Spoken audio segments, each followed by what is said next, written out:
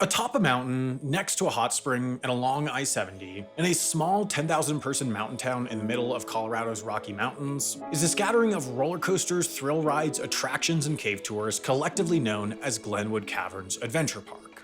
Sitting 7,100 feet or 2,200 meters higher than sea level, it is the highest elevation amusement park in America and the only one perched atop a mountain. Before there were screams, however, there was just a whisper. It was Charles Darrow, a Glenwood Springs homesteader, who first caught the faint whistle of cool air escaping from deep inside Iron Mountain in the late 1800s and saw a business opportunity. The mountain had revealed its secret, and after exploring the fairy caves himself, Darrow opened them up for visitors on horseback in 1896. Then, in the mid-1910s, the caves again closed off. Not on account of inaccessibility, but economics. The attraction just didn't attract in the midst of an economic downturn. So they sat for another 70 years before Steve Beckley and his curiosity set off another era of evolution atop Iron Mountain. It was on an adventurous date, their second, with his now wife Jean, when the couple bravely squeezed through a 9-inch wide passage known as Jam Crack and laid their eyes on the expansive, awe-inspiring lower reaches of the Kings Row Cave. By then, the couple was sold, on one another, and on the idea that the caves needed to be seen by the public. The two convinced the owners to sell the land to them so they could reopen the caverns to the public. What whispered to Darrow more than a century prior was now poised to be a destination for hundreds of thousands. The Beckleys' instincts were spot on. The caverns were an immediate draw. 500 people showed up for the first tour in 1999, and by 2003, more than 100,000 people were visiting annually, all scaling the mountain via bus and tedious switchbacks. But buses were not enough as attendance continued to rise. To accommodate the crowds, the Beckleys installed a tramway in 2003 so parkgoers could ride straight to the summit and forego the bumpy bus ride up its backside. In the first year of its operation, the tram helped increase attendance by 50%, shuttling 300 people up per hour. But then, another problem. While the transportation was more efficient in getting people up the mountain, the caves remained the same size, the tours roughly the same capacity. The upshot? Longer and longer lines, people now waiting under the hot summer sun for up to 3 hours to tour the fairy caves. Something had to change. But rather than limit attendance, the Beckleys went the other way and added capacity, dumping $1.5 million into a master plan and slate of activities that people could do while they waited to explore the caverns. And as with the tram, the Beckleys went all in. By 2005, guests could scale up the 32-foot rock climbing wall, or they could strap into the country's very first alpine coaster, a half-mile ride on a metal track that Steve personally traveled to Europe to secure from uncertain operators. Suddenly, the mountain was becoming a park as a virtuous cycle emerged. The more offerings, the bigger the crowds. Next came a zip line, then a 4D theater, and then a giant canyon swing. Once a modest park opened for curious cavers, Glenwood Caverns quickly transitioned into a veritable amusement park where people could spend an entire day perched precariously above the Colorado River. But just one piece was missing to fully earn that moniker. The most iconic feature of any amusement park, a roller coaster. And so, in 2012, 1,430 feet of twisted steel made its way up the mountain, and the transition was complete. Once up and running, the Cliffhanger became, and remains, the country's highest altitude roller coaster. The Cliffhanger has 2 hill climbs which quickly plunge into several angled loops, and it all unfolds in just 80 seconds. The ride is breathtaking. So too was the process of buying it. Perhaps counterintuitively given their size and relative demand, there is a second-hand market for amusement park rides and it can get competitive. When Celebration City in Branson, Missouri put its coaster up for sale for just about 1/5 rack rate, Glenwood Caverns was interested. But so too were Elitch Gardens in Denver and Six Flags in Buffalo, New York, 2 far larger parks. Ultimately, the Caverns placed a winning bid at $375,000, practically a steal. But then there was the matter of getting it installed, which required 11 flatbed trucks traversing all the way to the top of the mountain, which, along with refurbishing, cost the park another $425,000. The Cliffhanger was worth it. While the Alpine Coaster was, and remains, the park's most popular ride, the Cliffhanger filled a niche as thrilling. but not so thrilling that it would scare people away. It was, and is, an important piece to an ever-evolving puzzle that the management of Glenwood Caverns, just like that of every amusement park, is trying to figure out. How to draw crowds in, how to minimize lines, how to maximize the visitor experience, and how to turn a profit, all simultaneously. In solving this puzzle, every ride has a purpose. Take the Canyon Swing. This ride is wildly inefficient in terms of load capacity and the number of cycles that can run at a given time, maxing out at just 80 people per hour. Just not many people can ride it very quickly. But because the swing launches out over a 1,300-foot, 400-meter drop above the Colorado River and Glenwood Canyon, not as many people might want to ride it to begin with. But it serves two key purposes. One, to appeal to adrenaline junkies looking for the most thrilling experiences, and two, to act as something highly marketable. A ride that looks great in video, or on social media, or even sounds good by word of mouth, fully exhibiting the park's iconic landscape sitting atop a mountain overlooking a canyon. On the other end of the spectrum, there's the Mine Wheel and the Wild West Express, both bought secondhand and relocated from Canada and situated here and here. They're less marketable and more tame, but this helps alleviate line pressure on the cliffhanger and provides an alternative to the Canyon Swing for families wanting to hop on a ride together and kids too small or too scared to stare down a 1,300-foot drop while upside down. Sitting in between rides like the Wild West Express and the Canyon Swing is the Giant Canyon Flyer, a tree swing also perched here, providing high suspended thrills with less required commitment and thrill than the latter. Then there's the zip line, which replaced the original zip line and isn't very efficient in terms of rider turnover, as it only seats 2 riders at a time, but makes the most of the park's unique vantage point, hoisting riders 600 feet or 200 meters up the line with mountain views are hard to match. Because it was slow and in demand, the park doubled down and added a second variation of the same ride directly next to it. Then there are the more extreme. In 2017, the Crystal Tower, then called the Haunted Mine Drop, became the first and only underground drop tower in the world, plunging riders into negative 2.5 Gs and 110 feet or 35 meters into Iron Mountain and in almost complete darkness. Where other drop towers in the world allow passengers to see where they're falling, the Uniqueness, a ride that loads from the top and plummets into the ground, prompted USA Today to call it one of the most anticipated rides of the year. So that's to say, this ride is something unique that riders can only get here, and therefore it can help attract press and social media attention. And beyond the superlatives, its convenient location towards the lower reaches of the park also allowed Glenwood Caverns to build a new path creating a walking loop, further dissipating crowds, further adding areas to explore across a full day at the park. With more draws, more rides, more attractions, and just more things to do, now the lines were forming at the base of the gondola just to get people up the mountain and into the park. Now even the tramway, once a solution to moving people quicker, needed an upgrade. In 2019, the Cavern spent $8 million to install a new 6-person ski resort-style gondola capable of whisking 1,000 riders per hour up the 1.5 miles or 2.5 kilometers in 7 minutes. Almost 75% of parkgoers are there for the rides, but about a quarter of people will simply take the gondola up and have a bite at the Lookout Grill in a relaxed outing. But now with the capacity to attract more visitors, the park wanted to push forward into the big leagues of rides. They wanted a ride that would break records. So they cracked a brochure. Not long after, the roller coaster industry began to buzz. In April 2021, Gerstlauer announced it would build a new record-breaking roller coaster somewhere in the United States to debut in 2022. Coaster pundits speculated that it could be installed anywhere from Cedar Point to Dollywood. All Gerstlauer said was that it would be in a high-profile location that guests would be racing to. Finally, the news dropped. Glenwood Caverns, the presumed dark horse potential location of the bunch, would be the new home of a customized Eurofighter coaster with a gravity-defying 109-degree drop, which would make it the steepest roller coaster west of the Mississippi. And it lived up to the hype. Reviews on everything from TripAdvisor to Reddit to TikTok gushed over its dramatic views and hair-raising flips that exceeded their expectations. So, what makes it so thrilling? Or really, what makes any roller coaster thrilling?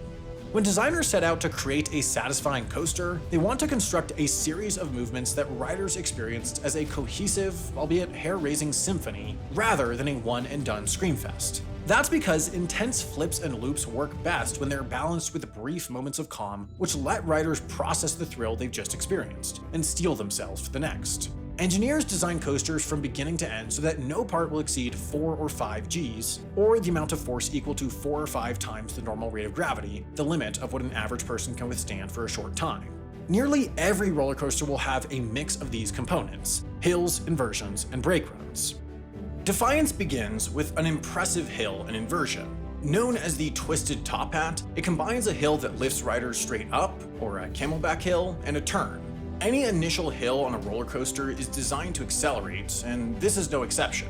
It goes from 0 to 58 miles or 93 kilometers per hour as it drops. To this point, there's no braking, as it's a total freefall powered by gravity and slowed down by the ride's later turns and inversions. On Defiance, these later inversions include the Heartline 0G roll, where the hill preceding it accelerates at an equal rate to the acceleration of gravity, which means functionally, there is no gravitational force exerted on riders when they flip upside down and they feel weightless. Defiance is also one of only 5 coasters in the US to boast a banana roll, an inversion that flips riders upside down twice. At the very end, riders come to a stop before the station in a brake run. All of this, the hill, the inversions, the brake run, takes less than a minute to ride. There are hundreds of sensors along Defiance's relatively short track, which communicate with this central monitor and alert ride operators to any malfunctions or slowdowns as quickly as possible. Despite its futuristic capabilities though, Defiance's jaw-dropping lift hill still relies on century-old coaster technology. It's supported by a chain lift hill, which has remained the coaster industry standard for over a century. This has 2 main features: the chain dog and the anti-rollback dog. The chain dog is how the cart is pulled through the ride. It's a metal chain attaching the cart to the coaster's track. It's threaded underneath the car's length and gives the car another point of contact in addition to its wheels. As the car travels up the camelback hill, it's pulled by the metal chain rather than a motor mounted on the vehicle itself. This ensures the car cannot physically move backward if the ride were to stop unexpectedly. This chain dog is complemented by an anti-rollback dog, which adds an additional backstop for emergencies. This anti-rollback dog is a feature of every ride vehicle. It's a blunted metal rod that drags between the car's wheels and along the chain hill's groove tracks to lock the vehicle in place in case of an unexpected stop and counteract the backwards force a stalled ride vehicle will generate. Between these features, the lift chain hill ensures the ride can come to a complete stop, even on a vertical hill, without ricocheting backwards. And at the end of the ride, Defiance's braking system ensures the ride quickly comes to a complete stop without the need for electricity. It's called a magnetic induction brake system, powered by a deceivingly simple physics concept known as an eddy current. As the ride enters the brake run, a series of embedded magnets in the coaster track will activate opposing magnets located in the ride vehicle itself. This causes a set of brake fin alloys to pop out from either side of the ride vehicle, which generates an opposing magnetic field that pushes back against the track magnets and slows them down. According to Newton's third law of physics, every action has an equal and opposite reaction. So, the force generated by a high-speed car entering the brake run will generate an opposing magnetic field with equally impressive strength that can bring the car slowly and smoothly back into the station. The faster the coaster cars travel, the stronger the brake fin alloys' opposing current will be, so the magnets alone safely slow the ride. This entirely magnetic system allows Defiance to operate without any physical braking mechanisms. There's no contact or wear components constantly bearing the brunt of vast frictional force, which means there's no need for braking maintenance, and in case of emergency, this braking system can also operate without power. It's a safer, smoother, and cheaper brake system, all powered by the intuitive simplicity of magnetic fields. But beyond the fundamental experience of accelerating a ride vehicle to highway speeds, then slowing it down to a gentle stop less than a minute later, amusement rides need a multi-layered strategy of safety to avoid accidents. That's because, at the scale of hundreds or thousands of riders per day, any margin for error not accounted for will eventually lead to an accident. So the goal is not to make a ride safe once, but to have multiple systems and protocols that ensure safety simultaneously. The first layer is design, where potential concerns are addressed long before a ride's manufactured or sent to a park. In this, engineers are tasked with designing out problems that do arise. For example, the shoulder restraints involve a clever bit of engineering where their default position is locked. Unlocking them requires an electric current that is fed into the car by a connector at the station. Therefore, once the vehicle has left the station, there simply is not a way that an electrical fault could cause the restraints to unlock. The ride vehicle doesn't have a way of doing so independently without that outside power. In the event a ride vehicle gets stuck on the track and needs to be evacuated, operators will bring a battery pack that applies this electric current to the ride vehicle itself to unlock the restraints. So broadly, designing rides so that the failure state is safe rather than unsafe is a key tenet of ensuring that even most mechanical faults can't hurt the rider. Then, the second layer is guardrails. On top of designing out as many safety risk factors as possible, ride manufacturers and parks will create these protocols to ensure a second layer of safety. Glenwood Caverns' manual safety tests start every day at 7 a.m. with teams conducting their daily inspection protocol of each ride. Then before every ride cycle in Defiance, the operator will conduct their own manual safety check, including physically checking each shoulder restraint.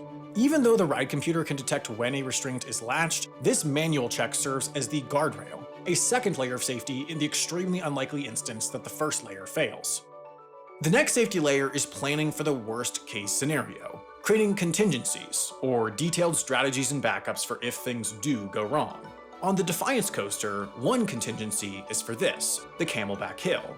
If the ride lost power, for example, the vehicle would still be pushed through to the end by the sheer force of this hill alone, as long as the car reached the top of the hill before losing power.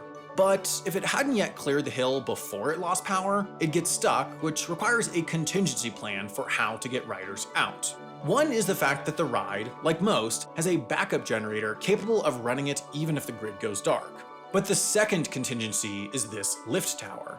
If, due to compounding power failure or some other fault, riders get stuck on the hill, it allows operators to safely access and evacuate riders in that event by way of an embedded elevator that spans the hill's height. But rides themselves aren't the only risk factor that parks need to mitigate. Just simply bringing thousands of people together is a risk factor, especially when they're on top of a mountain only reachable by gondola or winding dirt road. Colorado's unpredictable weather, with all too frequent afternoon thunderstorms, means that the park might close rides or shut down the mountaintop altogether. If lightning is within 10 miles, most rides will shut down, including all of the park's thrill rides. The park has an always active lightning monitor that constantly tracks how close the strikes are to the park. If lightning is within 5 miles of the park, all rides and the gondola will shut down too. They need that time since it takes about 7 minutes to clear all riders, close down the gondola, and ground a lightning rod so it won't be irreparably damaged if it is struck by lightning. The gondola and rides will then reopen when 10 minutes have passed without a lightning strike in the 5-mile boundary. The park also has a radar system that constantly monitors the storm cells in the park's vicinity, located here, inside of the gondola's control room. In most cases, this system will identify potentially harmful storms before they descend on the park and give officials time to prepare. However, if the radar shows storm cells directly above the park, officials will immediately decide to shut down operations right then and there. During the summer monsoon season, storms will often only last between 30 to 45 minutes, meaning guests will only be stuck in the park temporarily, but in the event the gondola can't reopen, the park fires up its fleet of buses to shuttle guests down via their service road. But the other particular risk factor born out of Glenwood Caverns' unique location is that of wildfire. It is surrounded by largely undeveloped, fire-prone wilderness. And in the dry Colorado summers, fires are common. Just 4 years ago, the Grizzly Creek Fire burned thousands of acres within eyeshot of the park. While typically fires are slow-moving enough that the park just simply wouldn't open if it were within a risky distance from one, it also has developed a protocol of what to do if a fire unexpectedly emerges while the park is already open. If wilderness within 5 miles is burning, the park and the Garfield County Sheriff and Emergency Management Office will likely decide to evacuate, which the park can do at an accelerated pace with the use of both its gondola and buses. But the lack of direct public road access does mean that there are limits to how fast it can evacuate.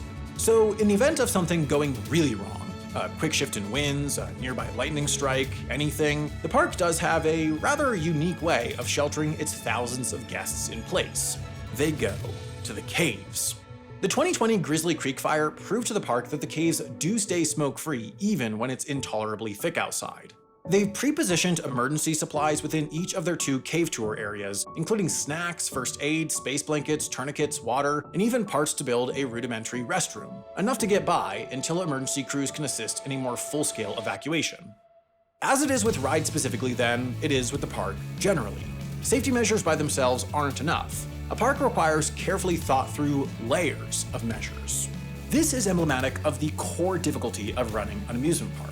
It's not necessarily that difficult to give a guest a good, safe, valuable experience once. The difficulty is in doing so over and over and over again, up to thousands of times per day. That's because the guest's experience is singular. They experience the park once, while the park experiences each guest in countless different ways. Through each ride, each line, each employee, each concession stand, each bathroom, through every single element of the park the guest perceives. So each and every day, the employees of Glenwood Caverns and any amusement park clock in to play their small role in the endless pursuit of perfecting that symphonic experience. There's a very particular reason we filmed this video at Glenwood Caverns, one that I'm sure many of you have already realized. It's that this is also the location where we filmed the finale of our Nebula original show, The Getaway. In that, we put our contestants through a series of challenges involving the Caverns' rides to gain the chance to win the final prize. The audience feedback on that episode was great. Many seem to think it was the best episode in the series, and you probably could watch it by itself without having seen the rest of the series if you want. However, to give a little context on the show, we basically told the contestants that this was an elimination-style show where they had to figure out who was the secret saboteur in order to win, but we actually just told them all they were the secret saboteurs, so they were all trying to covertly sabotage everything, despite the fact that they were actually all on the same team and nobody was trying to figure them out. As you can imagine, this led to chaos. And of course, the reason we were able to afford to make such a relatively high-budget show, we had a cast and crew size of 25 by the way, was thanks to the hundreds of thousands of Nebula subscribers. As I'm sure you know by now, Nebula is the creator-founded, creator-run, and creator-owned streaming service designed to be the best ecosystem to foster innovative, engaging shows and movies that you're just not getting out of Hollywood. In addition to The Getaway, there's a great show by Neo called Underexposure, two by Real Life Lore called Modern Conflicts and The War Room, a new short film by Jesse Gender called Identities, and more are coming all the time like Dracula's Ex-Girlfriend, an upcoming release from Philosophy Tube that I'm really looking forward to. Nebula's analytics show that a far higher proportion of people who sign up stay subscribed than with major streaming services, which I believe indicates that the users find it more worthwhile. For example, I haven't even mentioned yet that on top of all that original content, you get our normal videos ad and sponsorship free, and it's the same deal for hundreds of other hand-picked top quality creators. So if you want to see what it's all about, make sure to use our link, nebula.tv/Wendover, since that'll get you 40% off an annual subscription, and you'll be helping support our work while you're at it.